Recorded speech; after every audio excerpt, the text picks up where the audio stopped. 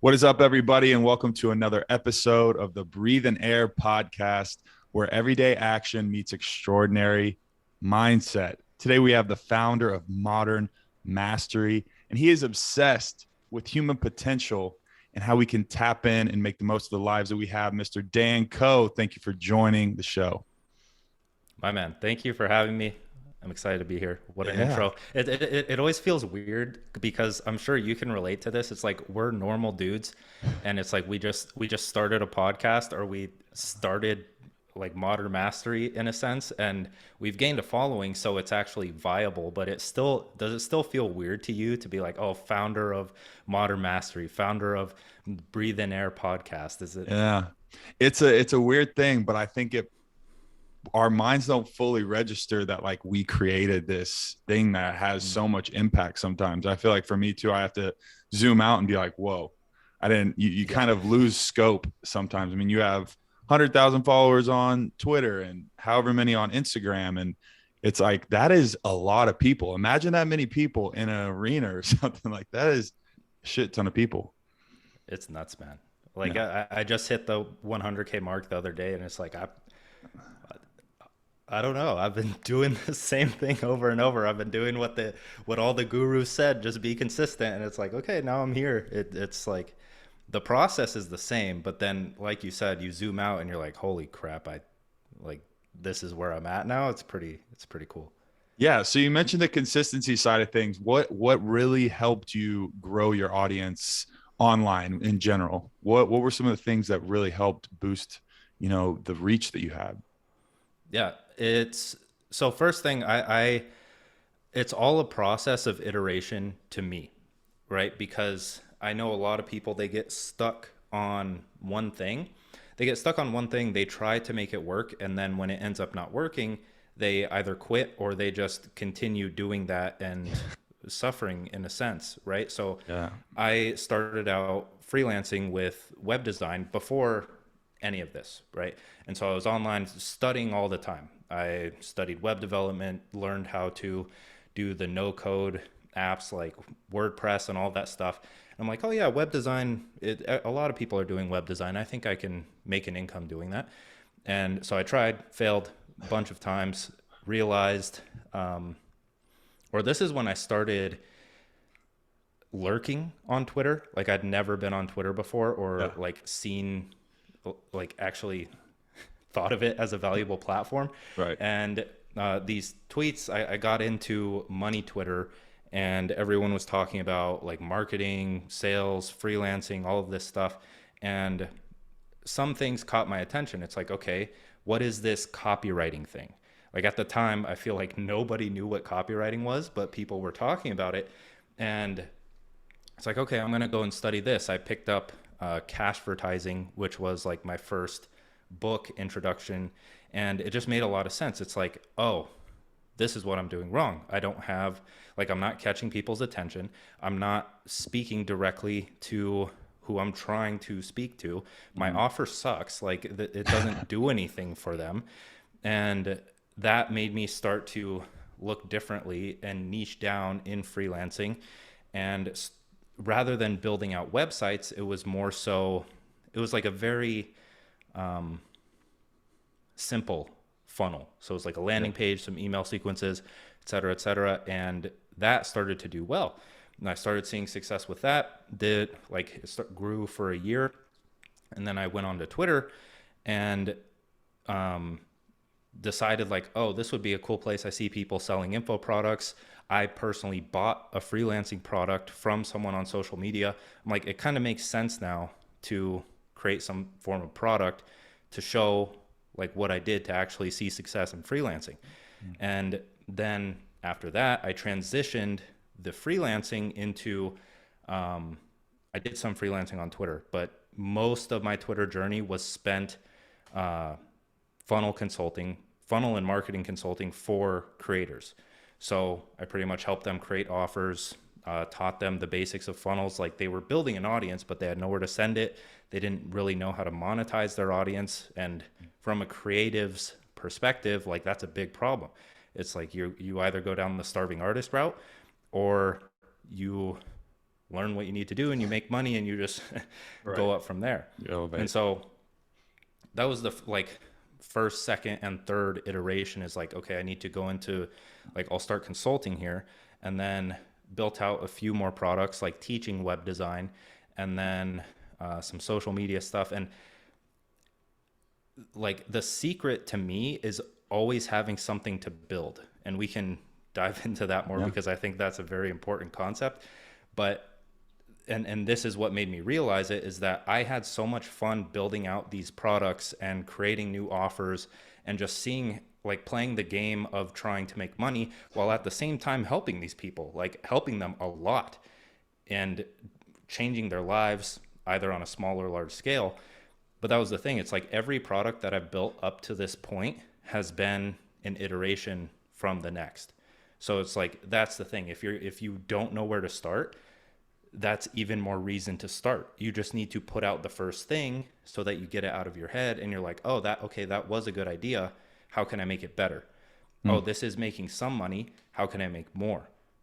And you can get caught in the money game, but just as an example, that's what I mean. It's like there's always something next, and it's just the growth process and improving in whatever domain you want. So Right. for us, it's like very intrinsic. It's mind, body, spirit, and then just being able to like put out value to the world and reap the benefits that come from that. Yeah. I think one big thing you hit on there is, you know, being able to garnish those skills, being able to take the skills that you've learned, put them into action, and then be able to pivot off them if you aren't reaping the specific results. When is the good point in your experience to say, okay, hey, this isn't working. This route that I'm going down currently isn't reaping the benefits that I expected. Let's put a little bit of a twist on it and see what else we get. Because I feel like that's a fine line we play of, do I keep going? Do I keep pushing? I'm not going to quit on this. But at times it's so important to be able to pivot like that. Yeah. I think it would definitely be dependent on like what the actual thing is. But in Right. terms of like, I was talking with JK Molina about this the other day. He said this a few times. I know other people have said this, but in terms of like making money, because that's what most people want to do, it's either, and this actually um, applies to many different domains of life, but Yeah. it's like it's either a traffic problem or it's an offer problem, right? So if you have a large audience but you aren't making money, it's an offer problem. And it's like Yeah. you need to either pivot or change something there because you have enough eyeballs. They're just not buying it. Right. But then at the same time, if you have a great offer, then but you don't have any, like, you don't have an audience, you're not sending cold emails or cold DMs or any of this other stuff, no one's going to see it. So you're not going to make money. So it's like, Right. where's the problem there? And then you can kind of zoom out and figure out what needs to be fixed there. And the funny thing about that is the way that JK explains it is the same thing with getting girls, right? Because you're the offer. If you have enough traffic and if you're in a good location and you're walking around and you're not getting girls, then like you need to fix the The offer offer. yourself. Yeah. And if you're a good offer, you're a high value dude, but you're still not getting girls. Like, how many are you exposing to yourself on a daily basis? How many are you approaching? Right. Are you in a location where like your ideal customer avatar is, Yeah. that you can actually go about that? I love that. I love that analogy. It's true. Like you said, it extends beyond, just business. And I feel like the farther I get along in business and in life, I realize that there's so many core principles that kind of, co-inhabitate in what is going to be successful for you. You talk a lot about, I've read one of your posts about creation and coping, right? And either you're creating or you're coping. And it's this idea of, if you're not building, then, you may be getting worse in a You're sense. dying, So yeah.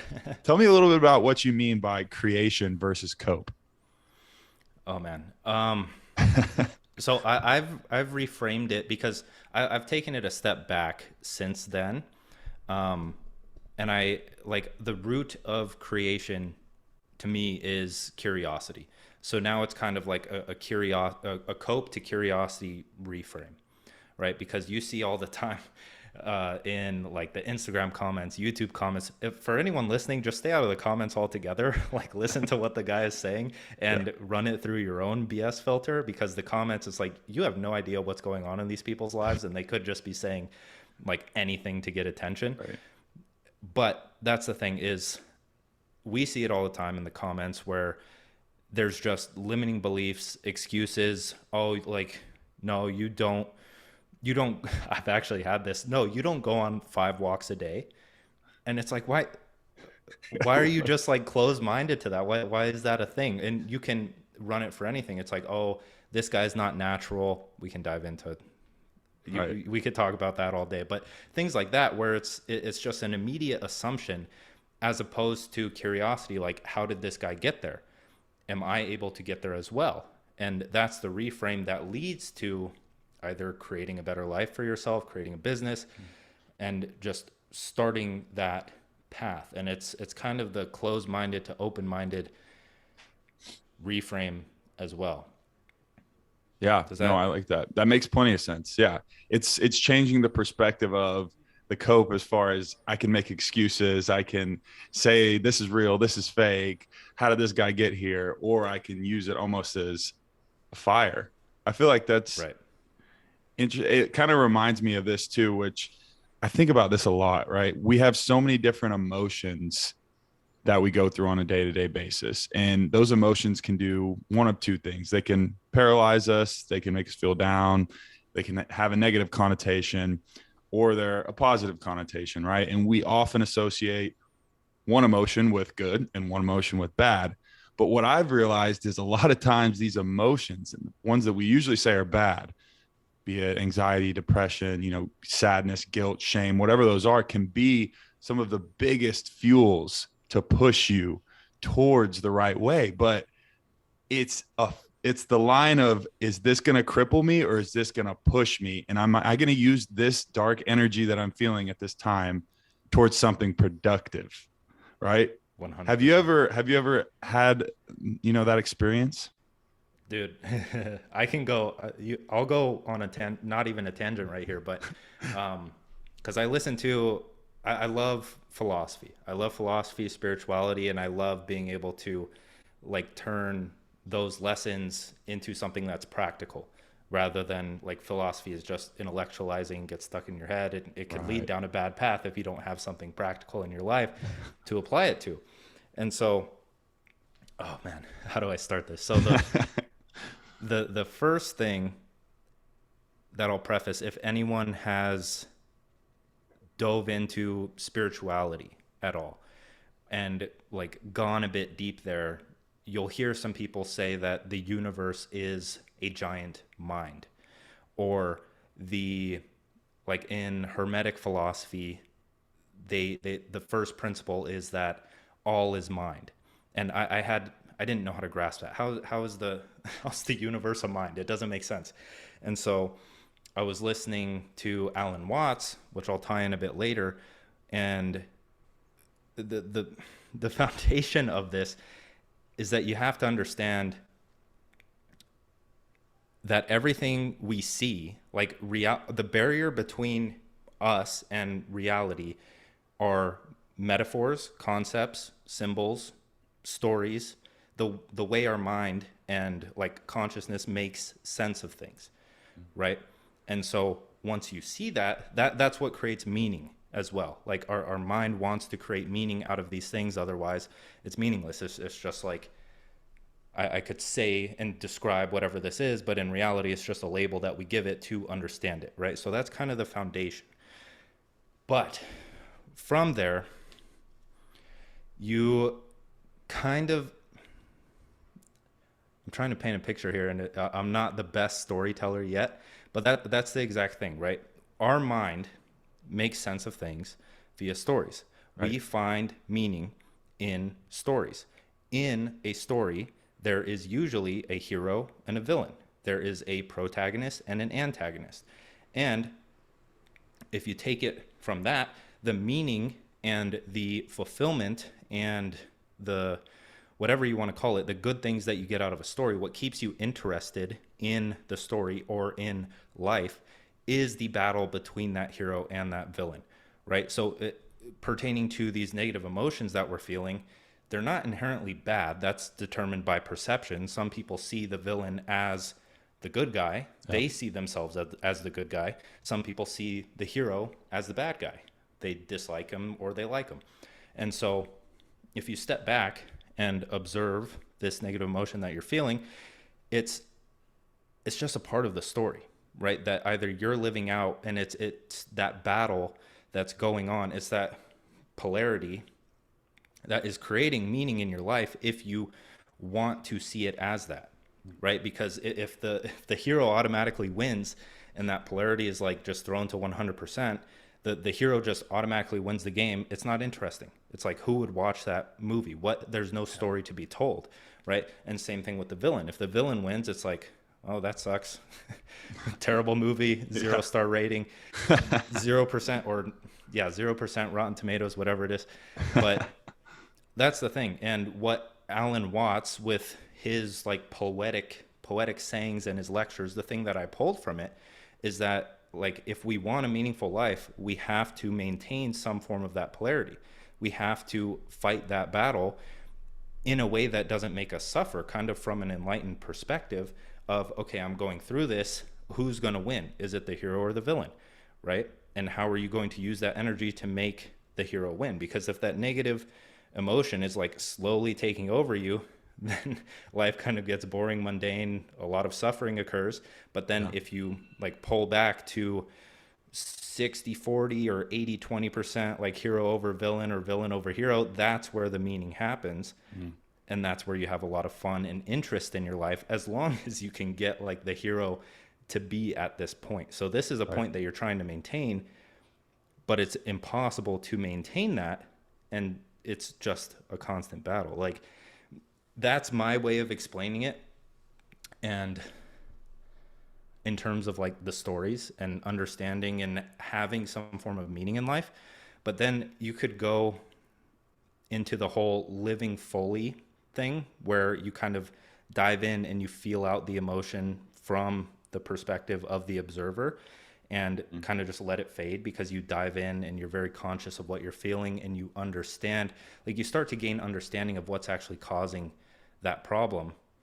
And the more you dive into it, the more you kind of get pissed and can use that energy in a productive way, the more you can kind of slingshot in the opposite direction. Yeah.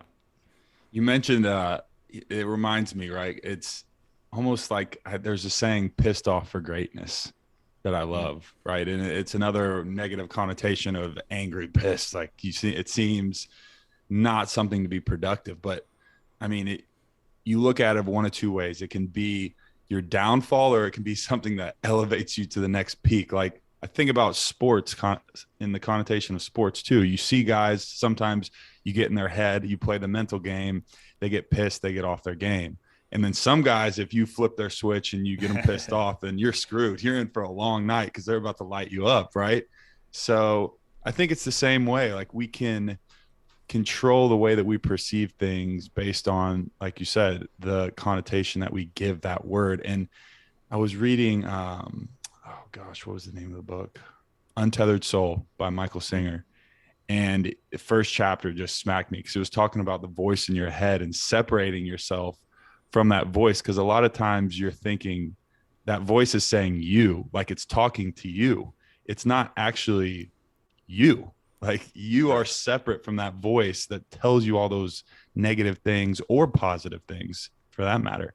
So that was really enlightening for me. I was like, whoa, you got to separate from that thought that's always going on. That internal dialogue is not actually you. It's a bunch of compiled subconscious thoughts and, experiences, and all unique to you, but it's not you. Right. Yeah. The other thing that, I had something on my mind. So one good way to, like, I feel like you can practice this in a productive manner. Uh, and this, like, I'm trying to think of a universally applicable Yeah. story for this, but like, when I'm at the gym and I'm warming up on the treadmill, like I'll do an incline walk for 10 minutes just to get the Mhm. blood moving, all of that stuff. I'll sit there and I'll have my headphones in and I'll just intensely focus on nothing. Like it's really weird, or like a negative version of myself, like an anti-vision, Yeah. or even the villain inside me, where it's like, do I want to end up like this? Do I want to, like, I start to visualize and like paint a scene of a place where like I'm just in a bad place in my life, Yeah. right? I'm overweight, I don't feel good, and I see that image in my head and I start to like get pissed, like on demand. And I feel it, like you feel that tension in your chest and you start to even like laser in even more and you start walking a bit heavier and like moving and listening to the music and you get in the zone, you get very present, and then you just have an amazing workout. And like another example is, for some reason, every time I see my dad, right? He'll come up, we'll have lunch, we'll have a good time. And when he goes home, it always crosses my mind. It's like, did I make the conscious effort to like make him feel loved or like show that I care? Because what would happen if he died tomorrow, right? What would happen if I didn't call him or something like that? And dude, you feel that. Like on a Mhm. personal level, it's like you feel that tension in your chest. You may get a little teary eyed. You're like, damn, I need to do better, or I did Mhm. my best, or something like that. And then that energy is just like sitting there. You can feel it until it dissipates, or you can use it to be productive and just laser in on something and do something Yeah. productive, right? Yeah. So it's just It's one example. Yeah, no, that's powerful. It really is.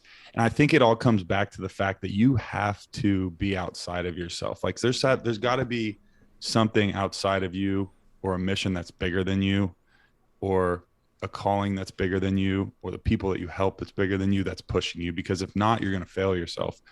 No matter how motivated of a person you are, there's always going to be days where you don't want to do it, right? And you have to be able to lean on that thought or that emotion or that person that you could have helped and you didn't, or envisioning you not living out your potential, to be able to get out of bed, to be able to do what you need to do, right? And that's one thing I've realized. It's like, it doesn't matter. Like, you have to draw from a different type of energy source for you to push through those times when you don't want to do it. Hmm. You Yeah, mentioned, yeah, go ahead. I this may be another tangent, but it's like we all talk about, I feel like a lot of people in the self-improvement space, they talk about having a vision, having goals, having priorities, right? And writing these things down for a reason is because it frames, it orders your mind, right? Because if you don't, like if you just let your mind be chaotic, it's going to run, you're going to go down weird rabbit holes, you're going to feel those negative emotions, you're Right. going to get anxious, all of this other stuff. And it's not like you can focus on these all the time, but just by writing down what you want out of life, possibly what you don't want out of life, the goals that you're looking to achieve, you're bringing order to the mind, and you are being intentional about where your focus should be going, right? So if you have those things written down and they are at the top of mind, and you experience something bad, or you have that negative energy inside you, it's very easy to relate that to the vision or the goals or something else, and like, okay, yeah, I can use that for this. But by not writing those down, or those, you not actually caring about those goals, or those goals not being yours, then that's where it kind of falls apart. Yeah, it makes sense. There's a lot of power in writing, and you are currently writing a book. Is that right? Yes. Yeah, that's a doozy. It's hard, man. I mean, bravo to you for doing that. I think writing for me was something that I got into, within the last 3 or 4 years, but there's so much power in it, right? And it's like you said, there's so much going on in here that sometimes when you put it on paper, it's first breath of existence for you to really focus in on it. And speaking of focus, that is what your book is called, The Art of Focus. Yes. So tell me a little bit about why It's about focus. What made you say, I want to write about this specific topic? Yeah. It's kind of clickbait. I'm not gonna lie, because like everyone, when you hear the word focus, you think of like deep work or like getting focused, laser focus on something. But the way that I see focus is it's a way of channeling your attention. And in reality, your attention is all you really have. Like it breathes life into whatever you're giving your attention to. If you give your attention to that negative thought, it's going to breathe more negative energy into it unless that attention is focused on something positive, right? And the same thing comes with presence, like focusing on your breath or widening your focus and having that spatial awareness and yeah, wide focus. Yeah. And then it also ties into like long-term focus. Like what are you focused on in the long term? What are you building towards? What are you reaching towards? What are you being intentional about doing? And the the other thing with that is I'm still trying to work out this argument like in the book, but it's really like if you can be conscious of where your attention is going at most times in your life and be able to manipulate your focus from wide to narrow to the spatial awareness to and like understanding what you can focus on at certain times, so your breath, the work you're doing, like the person you're talking to, the like emotions you're giving attention to, all of that stuff, then if you have that tool, if you know how to harness your focus, then you can live a good life and achieve most anything you want, right? Because like the negatives of life, you there's ways to overcome that without like having to do anything. Like it's all in your Right. mind. So that's the main gist of it, is that it's not just about focused work. I would say the first 60% of it is a lot of philosophical and spiritual concepts Yeah. regarding like how to like what these negative energies are, what awareness is, being able to focus on certain things, not being able to focus on certain things because you don't have that awareness of them yet. Mhm. So it's like constant improvement and kind of unlocking these levels of awareness to allow for better focus. Yeah. I love it. You mentioned, that even back when you were doing coding and you were employed before you were doing your whole entrepreneurial pursuits, that you would focus work for 4 hours at a time. And I find this too in a world where the hybrid workforce is such a thing. There's a lot of entrepreneurs now that are, our capabilities on the computer are endless, right? So to be Yep. able to break that down and say, my focus and attention really is like super super what's the best word for this, efficient in this time frame.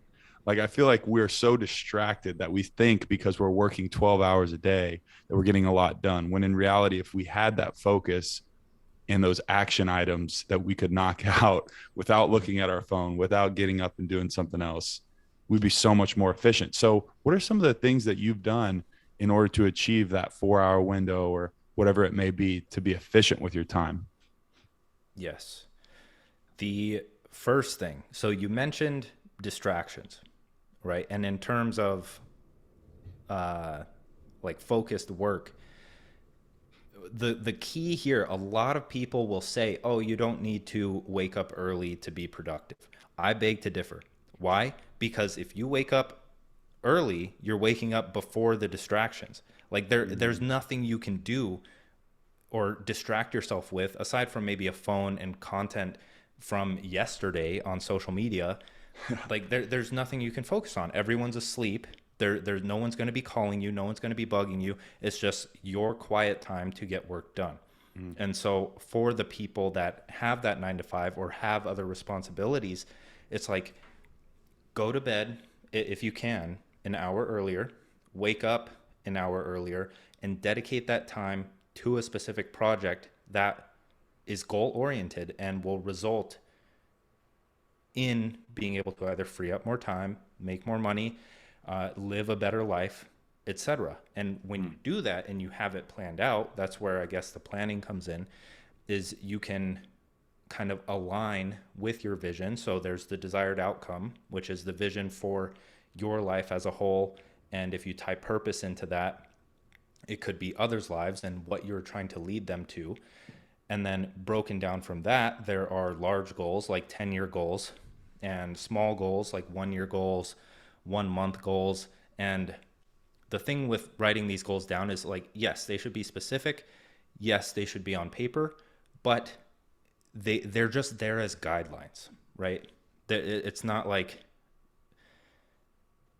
you have to hit that specific, like hyper specific goal within that hyper specific time frame. It's like it's just there so you're able to focus and give yourself direction during that focused work. And so broken down from that, it's like, okay, what are the lever moving tasks for actually reaching this goal? And how can I bake those into my day and do knock out those 2 to 4 tasks possibly in that first hour that you have? Or if you want to work further than that and have the ability to work further and longer than that, then you can. But the other thing on top of that is a lot of people say, well, I don't know how to do that. It's like, if I'm starting a side business and I'm dedicating this 1 hour, it's like, I don't know how to do that. Okay. Well, you have the curiosity aspect. You're trying to fill the gap between the curiosity aspect of, okay, yeah, I want to get this done. How do I do it? And the desired outcome. So you need that clarity. And in order, the thing that comes after curiosity and that fixes that clarity is education. And so many people are used to or kind of conditioned like, oh yeah, I can learn that in college. I can go to take a community college course, something like that. Those are great. I don't really have any gripes about college, pros and cons, but there's so much education, free education on YouTube, like blog posts. You can find a creator that you vibe with and just kind of copy his strategies in a sense because they're usually giving them out. And then there's also courses from individual creators. There's coaching from individual creators. There's sites like Udemy, which that's how I got a job. I bought a web developer bootcamp course, which was like 40 hours. I blocked out time for the web developer bootcamp and ended up getting a job like a year later, right? Just by studying that course and building out projects. So it's like, first you have to educate yourself so you have that clarity on what you can actually do during that time. It's like playing a game. Like I love the metaphor of like playing a game, because if you didn't understand the game that you're playing or the project that you're building during this time, you're gonna sit down and you're gonna be like, this sucks because I just don't know how to play the game. Someone tells you, hey, let's play this board game right now, and you're like, okay, I don't know how to play it, but I'll join in and try to figure it out along the way. The first two games are gonna suck. Like, you're not gonna like the game. You're gonna be like, why does anyone play this? And then once you learn the rules, you learn the mechanics or the fundamentals and how to win, you gain clarity by either educating yourself and figuring it out or reading the rule book and practicing a few times. Then it becomes fun. You may get obsessed with it. You look forward to playing that game. And then it just starts happening. So it's kind of like a snowball when you first start and you educate yourself, and then you start to apply what you learned to a real world project that will result in you achieving your goals. Mm. Then, like, once you stick that first week out, right, you do what you can, but then you start seeing the progress. And that's where the dopamine, the pattern recognition, all of that stuff comes into play. And like a lot of people say, oh, momentum is the best feeling. It really is.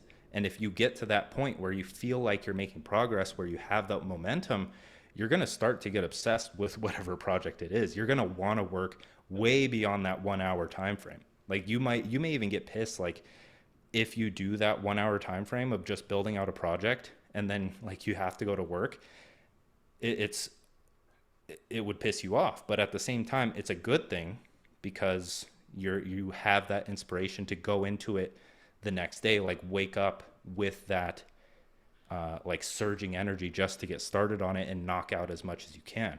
And that's really it, is stick it out long enough, get the snowball building, educate yourself so you know how to actually build out the project, and then just let nature run its course. Yeah. Are you a workout in the morning kind of guy? I used to be. I used to be, but um, I like to fast in the mornings. Not even like the typical intermittent fasting. I just like to not eat until my work is done. So it kind of acts as a deadline too. And like I've heard a lot about the like downsides of drinking coffee or even taking your morning supplements on an empty stomach. It's like, okay, I get it, but I'm going to do this anyways just because I enjoy it so much. Like I haven't noticed that much of a deficit. Mhm. So yeah, I won't eat in the morning. It enhances my focus by a lot. Just not eating and having coffee may have downsides, but it works. And then if I want to eat, it's like, okay, I need to get this work done so I can go home and make something and then eat it. And then that's what happens is I like to go to the gym after I've eaten just to have some fuel in me. Yeah. So it's like I'll wake up, hygiene, get to work. There is a The one Amber second. Alert? Jeez.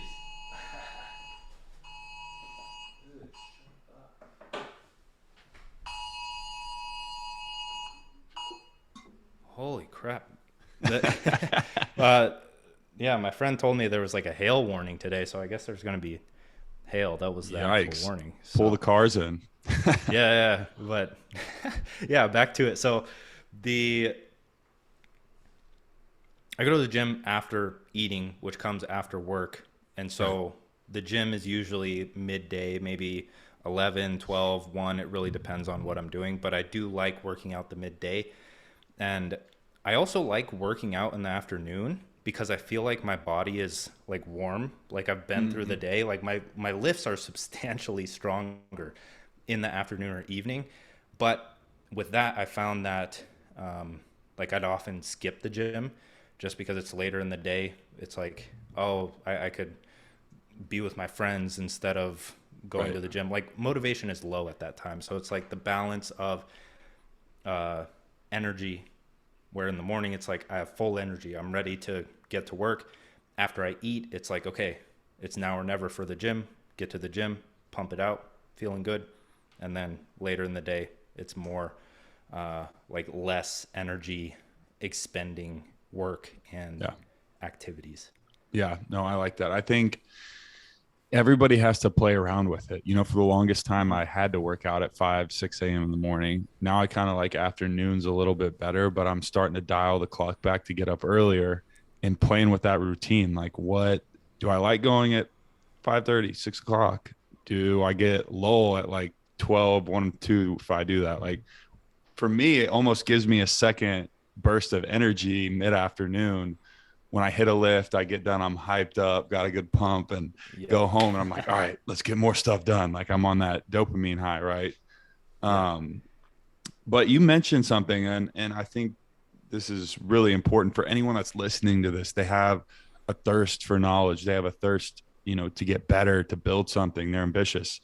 They're in that educational phase, listening to this right Mm-hmm. now. So I think there's a fine line between that ambition and then, burning the candle so hard that you aren't leaving anything left for yourself.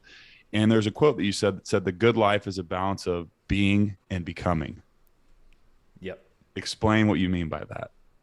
Oh man. So this is it's mostly like it's about bridging the gap between the two. It's a balance because it's like if you don't know what you're working towards, then you're working towards nothing, Mm, possibly, or you're working towards something that like isn't intentional, right? You're not in control of the direction that you're moving in, and so it's the whole thing with vision, goals, priorities, all of that stuff. It's like you have to bring your focus to those occasionally. You have to zoom out, see the big picture so you can reorient, so you can pivot and move as you are being. But then the being part is kind of, it's like the spiritual concept of most of your days, you should be you should be doing the things that pull you into the present moment. So some people call this flow. Some people call it presence. I feel like there is a wide spectrum of what people are talking about when they say that. There's degrees of flow, there's degrees of presence. When you're playing a sport and you're very good at that sport, it's much easier to tap into that high degree of flow. But if you're doing something as simple as going on a walk and paying attention to, like full attention to the audiobook you're listening to, paying attention to your steps on the ground, spatial awareness, just being aware of what's around you, possibly making a game out of certain things. When you are washing the dishes, are you feeling like the water run over your hands? Are you like, do you feel the sponge? Do you still feel your feet on the floor while you're focused on that? Focusing on your breath, and just filling your days with those kind of meditative activities, or those activities that have the potential of putting you in that degree of flow. So that's the focused work. That's both being and becoming. There is the, like in the gym, a lot of people consider that spiritual, right? Like if you, like it's very hard to focus on something negative. If you're super tired, you can focus on something negative, like a thought in your head. But if you truly enjoy it and it's something that you want to do, and like you're focused on getting the weight up or something, your attention is in the present moment, right? So that's my point here. And along with that, that's also being and becoming. You are creating a better life for yourself. Same thing if you're listening to podcasts or audiobooks, you're being and becoming. You are fully focused in the present, but at the same time, you are learning these things that are going to lead to a better future. And then there's things like martial arts, which is also a very spiritual experience, and you can pull a lot of lessons from that. Cardio, a bunch of that stuff, right? It's just the activities that everyone tells you to do, but no one really does it because they don't have the meaning or depth or why or like just general life direction that those help you move in. And with that, it's like the projects, the goals, the vision. If you don't have anything to if you don't have those as reference points, then it's going to be hard to pull the lessons from those daily activities that will help you reach those goals faster. Right? And I'll go on a slight tangent here where you said about they're in the education phase, right? And a lot of people can get stuck in that education phase and just continue learning. Like the coders or the programmers, they call it tutorial hell. And the way to get out of that, in my opinion, is one, like the basic answer to that is build a real world project. Makes sense, right? Build out your portfolio, build a website, et cetera, et cetera. But the meaning, the why behind that is because when you have that reference point, when you have that project, when you just start some form of project, you have a goal that you're working towards, when you are educating yourself, you have something to tie ideas to, right? You'll get that little dopamine spike of excitement when you're learning something and you're like, oh yes, I can implement this right now to my project. And it's the same thing with like social media, right? If you have a self-improvement brand and you consistently create content, when you're out and about and you're listening to an audiobook or a podcast and that like perfect idea hits you and you feel that excitement and you have to write it down immediately in your phone so you can come back to it later, and then create your own like rendition of it for your content. That's what I mean here, right? You have something to tie it to, and then the project starts to build itself out when you're in that education phase. And then when you have full clarity on how to do that project on your own, it just happens. Yeah, I love that. It's putting in line the certain tools that you need to and then playing off it. But you can't, I feel like experience is the best teacher. It really is. Yes. And that's a tale as old as time, but it's true. You can read and you can listen. You can get caught in this vortex of constantly hearing all these good things and being like, oh, that's awesome. Oh, that's awesome. Oh, that's awesome. Like Yep. you will get the dopamine. That's the weird thing. It's like you'll get dopamine spikes off of even just the idea of it becoming a reality. Like that Hmm. thought in your head, like, oh, I'm going to chat up with my boy about an hour about making a podcast together, about launching a business. And you'll be sitting there like, oh, yeah, let's do this. Ooh, this. And you just Yep. come out hyped up, right? But none of that means anything if you just leave it in that room, right? There's so much to be said for putting the actionable steps forward. And it's almost like it's a sale at the end of the day. It's selling yourself on that, because if you end a sales call and you say you don't have next steps, and it's just, oh, thanks. Yeah, thanks for joining today, Dan. I really appreciate it. And you're like, Yep. okay, yeah, cool.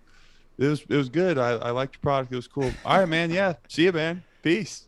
Like, you Yep. think you're gonna get that sale? No. Got to close. No. Yep. It's you basically ended the conversation, right? So those actionable next steps, like, hey Dan, it was awesome. Let's do it. Let's do this. Let's meet up here. Let me know what you Yep. think in a week.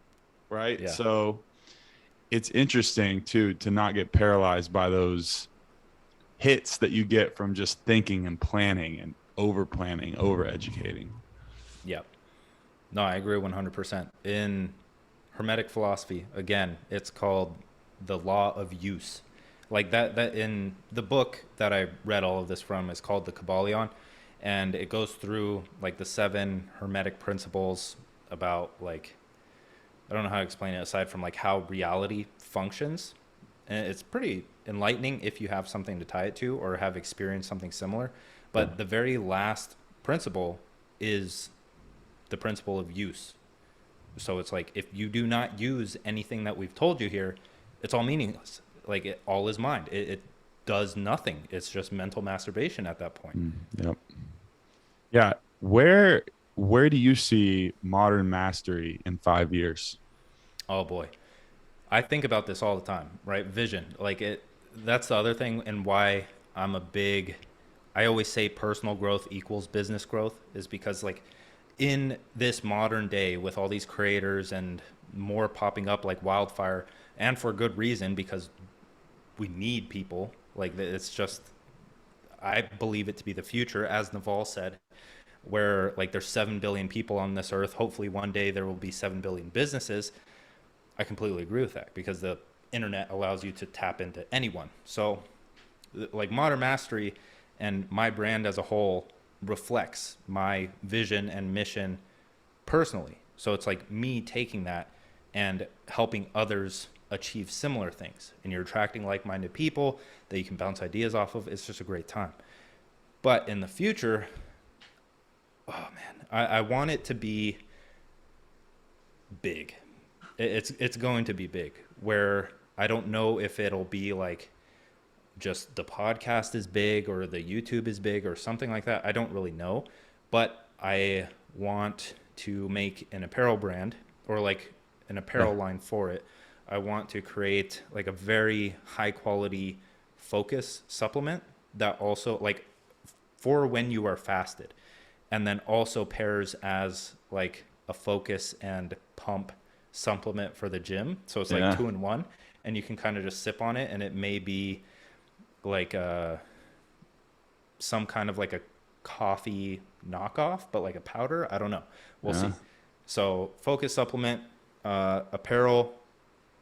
I definitely want to open some form of a gym that also pairs as a co-working space. So you can kind of see the theme here. It's like go to the gym, build your business, improve yourself, and I'm going to give you the tools to do so, whether it be online or in person at a gym where there's healthy food and like a nice coffee shop esque workspace Yeah. and just build off of that. That's the general direction. That's where I'm moving in. So Yeah. it's one step at a time. I love it. I think that, like we said earlier, the hybrid workforce environment will be able to bolster those ideas where you're creating a cool environment. I mean, I remember a lot of times I think like, man, I wish I could go, there's coffee shops, but what else? Like, where could the hybrid, like, cool environment be Yeah. to go and get a lift and get work done and like be in a cool environment, have good food? Like, definitely a need for that. So I like where you're going there. There's Yeah. there's a question that I always ask, and I'm interested to what you're going to say here. But what is your definition of success? Oh man. I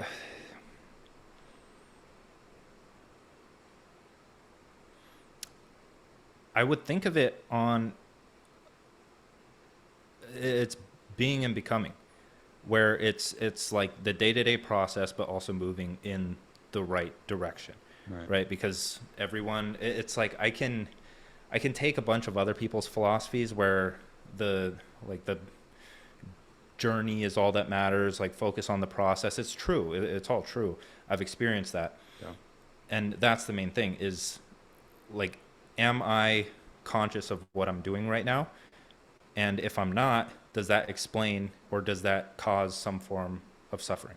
Right? Mm. So the thing is have I done something every single day that will result in a better life for myself and those that follow me, my family, the people that I'm responsible for, and the people that want to hear and understand what I'm saying? Like, am I doing the best I can for them? I love that. It's you got to have that, like you said, the vision and the Yep. clarity and the actionable steps. I think we overcomplicate it a lot. So Yes. I love what you say there. It really simplifies it because in a world where there's so much stimulus, it can be easy to get the shiny object syndrome and bounce from thing to thing. So you really have to, like you said, zoom out and narrow that focus down to be able to have the outcome you want. So, Austin, Texas, how's it treating Yes. you and what prompted you to move to Texas? I was a Texas boy myself, grew up there 12 years, not in Austin, in Fort Worth area, but I love Nice. Austin and I'm interested in where you moved from and why you decided to. Yeah. So I was born near Fort Worth. I was born in the Colony, Okay. which is like north of Dallas, small town. I Yeah. didn't live there too long. Don't remember any of it. But moved to Idaho after that, land of the potatoes. And then after that went to Arizona and I lived there for most of my life. I think it's like 15 years more or less. And my sister, who's like 6 years older than me, she moved out to Texas when she went to college, right? So we would always go and visit her. She lived in Fort Worth, and so Nice. we'd go to Texas. I'd be like, this is so cool. Like as a high schooler, I'd see her like living out my vision at the time, right? Like that was kind of my soft vision because that's all I knew. That's what I had awareness of, right? I saw where she was living. It was like a high rise apartment, and you go down and you can walk the streets and there's shops everywhere. And it's like, dude, I live in the suburbs. Like, this is so cool. I want to move there. And ended up going to ASU for college and then moved in with roommates after college and just stayed in the general Phoenix area for a few years. And so it's always been on my mind to move to Texas, but it was just a matter of when. And after like recently, when things started picking up more and more for just the brand in general, it's like I see all of these YouTubers like moving to Austin. It's like it seems like the new LA. Like Joe Rogan moved there. Like I just see everyone's in Austin, and so it's like, am I really gonna be the guy that like like moves to pursue his dreams in a creative work? Like it's like the Yeah. things you'd hear about, like, oh, the artist moves to LA to find himself or something like that. I've already found myself, but like moving to Austin was like, I want to get in front of more people that are doing the same thing that I'm doing. Yeah. It's like when you picture that gym and co-working space hybrid, it's like imagine the people that would go there. And if you went to that gym and you started networking with those people, most of them online business owners or creators or other things like that that also value the gym and self-improvement. It's like if you make friends with these people, you're not going to have to worry like a day in your life for anything. Like business opportunities are just going to come your way just because you're in the right environment. Mm. So we ended up we came to visit here on New Year's and stayed for a week. We went all around Austin, and like it was funny. The last apartment that we found while walking up, or I guess down South Congress, was the only one that had a 3 bedroom, Yeah. and we had already filled out applications for a 2 bedroom, and it was three of us moving in. We're like, we'll figure it out. We just need to get here. We're gonna buy like Japanese roll-out mattresses, and we'll share a room. We'll do whatever it takes, right?